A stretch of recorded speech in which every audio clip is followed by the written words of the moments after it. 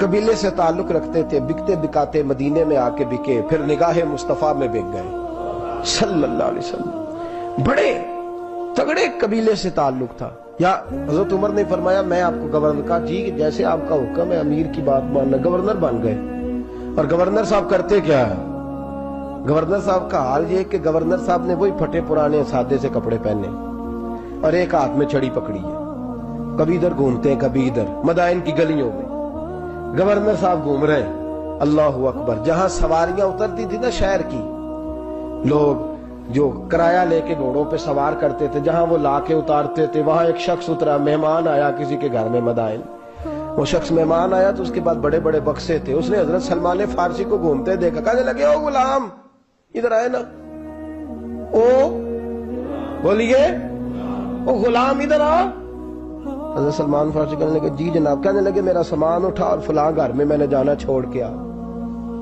جرت تو کرے کوئی جرت تو کرے کونسلر صاحب کو بھی آواز دینے کی، طاقت تو کرے کوئی، ایک معمولی سپاہی کو بھی کہنے کی جو نہ سب انسپیکٹر ہے نہ وہ کسی عہدے پہ فائل ہے، صرف ایک سادہ قوم کا وہ پیر، اس کو کہہ کے تو ادھر آؤ غلام۔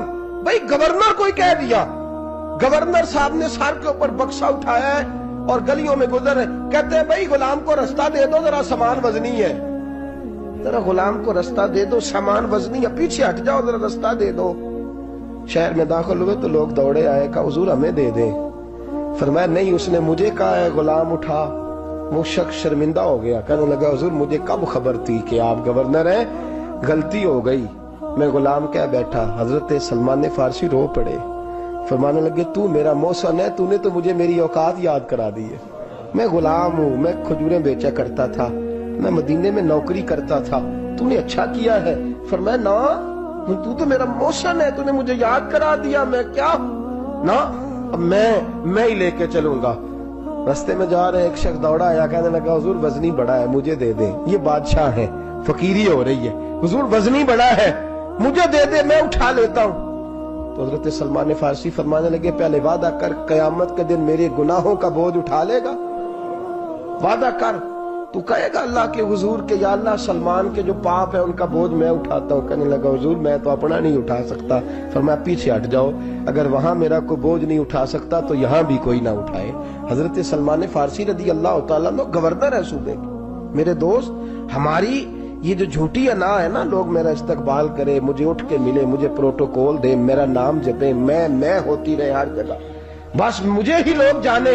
اور میرے عزیز اس دھندے سے باہر آ، نفس پرستی کی اس جنگ سے نکل آ، اپنے مزاج کی اس قلت سے نکل آ، اپنے آپ کو جو بات نہیں بھی آتی ہوتی اس میں بھی ہم دخل دے کے اپنا کوئی نہ کوئی پیغام اور جملہ ضرور بیان کرنا چاہتے ہیں۔ بھئی ہمارا بھی نام لکھ لو، ہم بھی شامل ہیں، ہمیں بھی پتہ ہے اس گورکھ دھندے کا کچھ نہ کچھ، ہمیں بھی شامل کر لو۔ یہ نفس پرستی کی جنگ ہے، اس سے نکلو۔ اگر رب کریم نے بادشاہی دی ہے تو اس میں فقیری کرو، کبھی کبھی اپنے کپڑے خود استری کر لینے چاہیے، نہیں نہ بولے آپ لوگ، مشکل کام بتا دیا نا میں نے۔ کس کے کپڑے استری کرنے کو کہا جی؟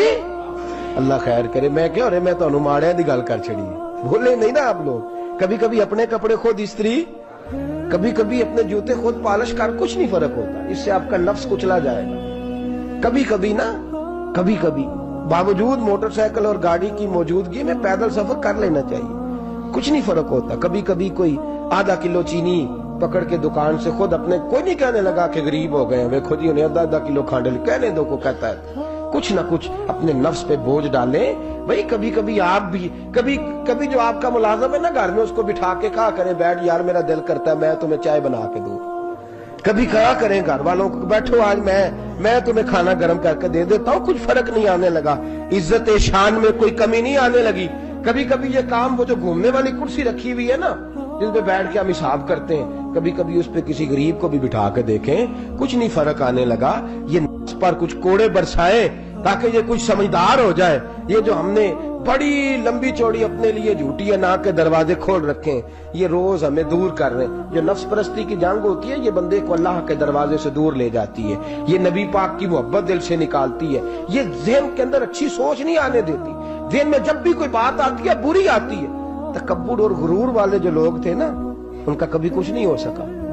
جس نے کہا ہے مجھے چودھری صاحب کو، وہ بیچارہ اسی چکر میں رہا ہے، اور لوگ آگے گزر گئے ہیں. جس نے کہا مجھے سیٹھ صاحب کو وہ اسی گڑبڑ میں رہا ہے اور لوگ آگے بیت گئے ہیں. دنیا میں کوئی پیشہ برا نہیں. ملت کے جوانوں، تم نے کہا ہے نا کہ یہاں اگر ہم کسی گلی میں مزدوری کریں گے تو لوگ کہیں گے مزدور ہے، لیکن اگر یورپ میں جا کے ہم کریں گے تو کسی کو کیا پتا چلے گا؟ اور دیس اپنے دیا ولہ نالو تمبے لالا کھائیے، امی غیر ملک دے باغاں اندر میوے کھان نہ جائیے. اپنی مٹی پہ چلنے کا سلیقہ سیکھو. کسی کے سنگ مر مر پہ چلو گے تو پھسل جاؤ گے. عزیزو، ہم آج اس بادشاہی میں فقیری کے حسن سے ناش نہ. حضرت عمر فاروق رضی اللہ تعالیٰ عنہ مدینے کی گلی سے گزر رہے ہیں، امیر المومنین ہے، مدینے کی گلی سے گزر رہے ہیں. ایک گھر کے اندر سے بچیوں کے رونے کی آواز آئی. بچیاں رو رہی ہیں اور بچی اپنی ماں سے کیا کہتی ہے؟ کہتی ہے اماں ابو بکر تو اب انتقال کر گئے. حضرت عمر کا پہلے دن ہے خلافت کا، اب ہمارا کیا بنے گا؟ ابو بکر تو وصال کر گئے. حضرت عمر فاروق رضی اللہ تعالیٰ عنہ نے رونے کی آواز سنی، دروازے پہ دستک دی کہ بیٹو کیا بات ہے؟ تو بچیاں کہنے لگیں عمر ہمارے ابا جی ہماری 10-15 بکریاں ہیں تو ہمارے والد صاحب ان کا دودھ دھو کے بیچا کرتے تھے، گزارا ہو جاتا تھا.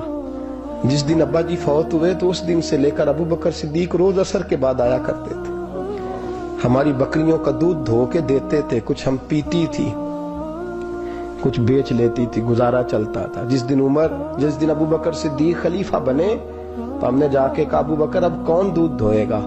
تو سیدنا صدیق اکبر رضی اللہ تعالیٰ عنہ نے فرمایا بیٹے پہلے تو میں مرضی سے خدمت کرتا تھا، اب تو مصطفیٰ کی امت کی نوکری میری ڈیوٹی بن گئی ہے تو میں آؤں گا. بچیاں رو رہی ہیں، حضرت عمر کو بتاتی ہیں، کہتی ہیں ابو بکر چلے گئے ہیں تو ہم پریشان ہیں، یتیم ہیں، لاوارث ہیں، بھائی کوئی نہیں، کون آئے گا، کون دیکھ بھال کرے گا؟ حضرت عمر فاروق گھٹنوں کے بل زمین پہ بیٹھ گئے، ان چھوٹی چھوٹی بچیوں کو سینے سے لگایا، فرمانے لگے میں ابو بکر کا کیا کروں، میرے لیے رستے بڑے مشکل کر گیا ہے. میں اس کے کس بادشاہ وقت ہو کے وہ غریبوں کے گھروں میں آ کے ان کی بکریوں کا دودھ بھی دوتا تھا، امیر المومنین ہو کے یہ رنگ بھی تھا. پر میں بیٹیوں فکر نہ کرنا، جب تک عمر زندہ رہے گا، عمر آتا رہے گا، یہ نوکری کرتا رہے گا. کوئی دن بیتے تو حضرت عمر فاروق کو یاد آیا اوہو مدینے میں ایک بوڑھی اماں بھی رہتی ہے جس کا کوئی گھر کا کام کرنے والا نہیں اور جس بی بی کا کوئی بال بچہ نہیں اور آنکھوں سے بھی وہ نابینی ہے. حضرت ابو بکر صدیق رات کے سناٹے میں جایا کرتے تھے، اس کے گھر میں جھاڑو دیتے تھے. یہ بادشاہ ہے، اس کی فقیری کا رنگ دیکھو. اس کو کنویں سے پانی بھر کے لا کے دیتے تھے. اور یہ لفظ آپ سنیں گے تو حیران ہو جائیں گے. اس بوڑھی اماں کے لیے نا ایک کونے میں گھر میں دور بار شیر میں ایک جگہ کھود دی تھی جہاں وہ بی بی پخانہ اور پیشاب کرتی تھی. امیر المومنین حضرت ابو بکر صدیق رات کو جاتے تھے اور اس کا وہ پخانہ وہاں سے اٹھا کے باہر پھینک کے آیا کرتے تھے. اس عورت نے پیغام بھیجا کہ عمر سے کہو میری بھی ڈیوٹیاں تو نہیں سر انجام دینی ہیں. عمر فاروق ساری رات کام کرتے، سناٹا گہرا ہوتا تو جھاڑو دبایا ہے بغل میں اور عمر فاروق نکلے ہوئے اس بی بی کے گھر میں جھاڑو دیا جا رہا ہے. حضرت انس بن مالک فرماتے ہیں میں نے آخری عمر میں بھی اس بوڑھے عمر کو دیکھا ہے، اس بڑھاپے میں بھی میں نے اس شخص کو دیکھا ہے کہ جب وجود کمزور ہو گیا، داڑھی سفید ہو گئی، لیکن پھر بھی اس کا انداز نہیں بدلا. اس نے ساری زندگی بادشاہی میں فقیری کر کے گزار دی، یہ پھر بھی کسی کے گھر میں جھاڑو دیتا ہے، کسی کی بکریوں کا دودھ دھوتا ہے، یہ کسی غریب میرے دوست یہ. اور جب سیدنا فاروق اعظم رضی اللہ تعالیٰ میں خطبہ دینے بیٹھتے ہیں تو کپڑے پھٹے ہیں، پیبند لگے ہیں، مزاج سادہ ہے، بڑا مال آیا ہے، بڑا مال، لیکن تقسیم کر دیا. اور یہی انداز آگے اپنے گورنروں کو دیا. حضرت سعید بن عامر رضی اللہ تعالیٰ عنہ آپ کے گورنر ہیں، حمص کے گورنر ہیں. جب لسٹ آئی نا غریبوں کی، حضرت عمر نے کہا کہ حمص کے جتنے غریب لوگ ہیں ان کی لسٹ بنا کے بھیجو، ان کو چندہ لگانا ہے. تو 17ویں 18ویں نمبر پر حضرت سعید بن عامر کا نام بھی آ گیا، گورنر صاحب کا. تو حضرت عمر نے سوچا شاید کوئی اور سعید بن عامر ہے. فرمانے لگے یہ کون ہے؟ جس کی ڈیوٹی لگائی تھی اس سے کہنے لگے یہ سعید کون ہے؟ تو کہا حضرت جی ہمارے صوبے کا گورنر. تو فرمایا اس کی لسٹ فقیروں میں؟ فرمانے لگے پتہ نہیں آپ نے کیا رنگ بھر کے بھیجا ہے، مہینہ مہینہ یہ شخص درختوں کے پتے کھا کے گزارا کر دیتا. کہ یہ میں فرشتوں کی کہانیاں نہیں سنا رہا آپ کو، میں آپ کو جنات کی یا عالم بالا کی باتیں نہیں، اس دھرتی پہ بسنے والے، اس دھرتی پہ وقت گزارنے والے میرے رسول پاک کے تیار کردہ ہیرو کی باتیں عرض کر رہا ہوں۔ حضرت عمر گئے ایک دفعہ، کہا مجھے بتاؤ تمہارا گورنر کیسا ہے؟ تو ہمس کے لوگ کہنے لگے ہمیں اپنے گورنر سے 4 شکایتیں۔ کون کون سی؟